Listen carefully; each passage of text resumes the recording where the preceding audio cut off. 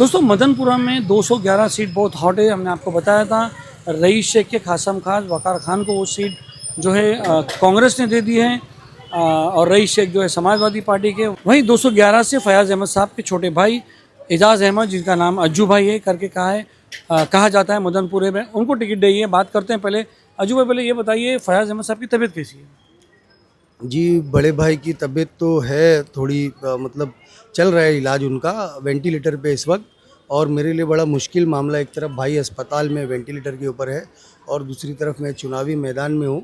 और अल्लाह ताला ये आजमाइश की घड़ी है और इंशाल्लाह अल्लाह ताला मुझे इसमें कामयाब करेगा। मेरे भाई भी इंशाल्लाह जीतेंगे और मैं भी जीतूँगा इंशाल्लाह। एक बात बताइए कि अगर मैं कहूँ कि या कोई कहता है कि यार भाई इतना सीरियस है और आप इलेक्शन के पीछे पड़े हो, क्या कहो?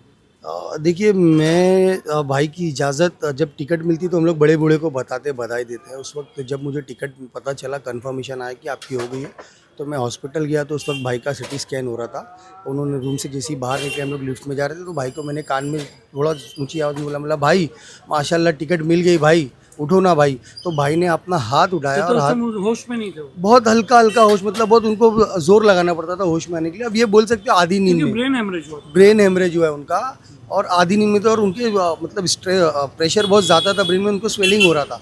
तो उस वक्त फिर भाई ने मेरा हाथ पकड़ के ज़ोर से दबाया और मैंने बोला भाई दुआ दो।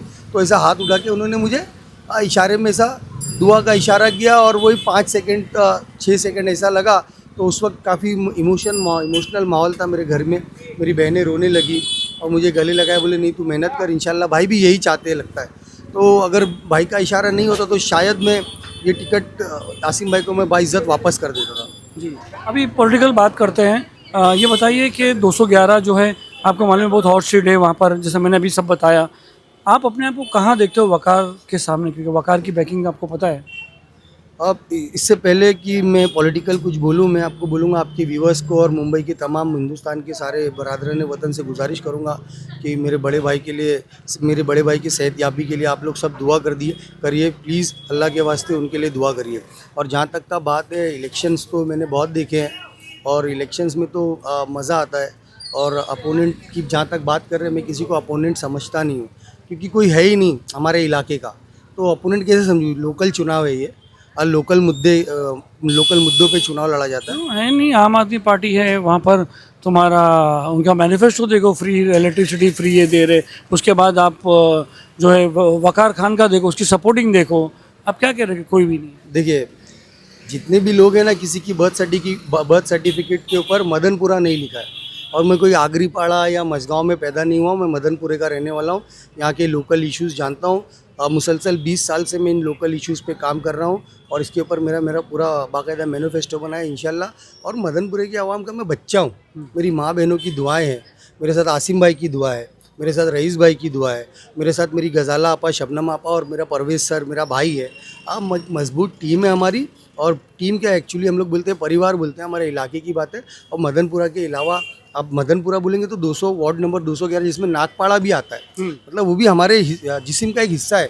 तो ऐसा फ्रीक्वेंटली मदनपुरा निकलता है, लेकिन नागपाड़ा भी उतना ही हमारे लिए अहमियत रखता है जितना मदनपुरा है। और ये दोनों जगहों पे अल्हम्दुलिल्लाह आप जाके इंटरनल सर्वे कर लेना भाई कि बड़े बड़े लोगों को उतरना पड़ता है अपनी सीट का, मतलब वो कैसे बताऊँ, इतने बड़े बड़े लोग आ रहे हैं और वो कर रहे हैं, मतलब आप सोचो कितना प्रेशर में। आप खुद ही जाके सर्वे कर लीजिए इंटरनल, आपको पता चलेगा। और ये मदनपुरा है भाई, हम लोग मदनपुरे की भाषा आंखों में देख के समझ जाते हैं, मतलब आंख में देख लिया समझ में आ जाता है। तो कैसा है, लोग एंजॉय कर रहे हैं, करने दो। अभी हमारे यहाँ पे इंशाल्लाह देखना, अब 16 तारीख को सबसे आगे रहेगी साइकिल।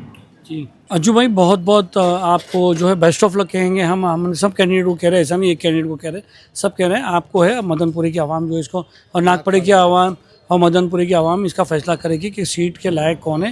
वो तो 16 तारीख को रिजल्ट पड़ेगा।